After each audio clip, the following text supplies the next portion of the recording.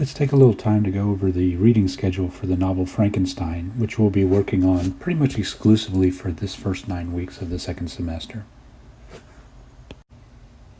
Now, Frankenstein is not an overly long novel, but Mary Shelley does have a huge vocabulary, so sometimes the wording will slow us down a little bit, but we've worked out a schedule I think that's very doable for everybody.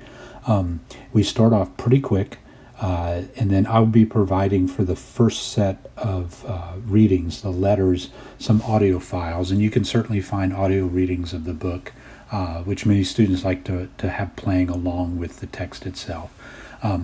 But here's our rough schedule that we'll be evaluating quizzes and tests. So you see our first quiz comes up on January 8th.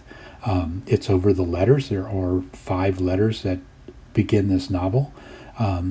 Then the following Friday, we'll be looking at a second quiz over the first 5 chapters. The first test we have will be coming up on January 20th and 21st. That's a Wednesday or Thursday. And we'll talk about which day works better for our schedule as we get into the semester. But that would be through chapters 6 through 11. We'll also be having a test on February 3rd and 4th, which will cover like the entire book as well. Chapters 12 through 16 will be handled in a quiz January 26th through 28th. So here's what it looks like for you.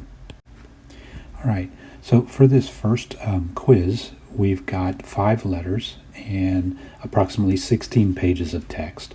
So with 3 days to cover that, that roughly works out to about 5 pages per day, which I calculate to probably be somewhere between 10 and 20 minutes of your time per day.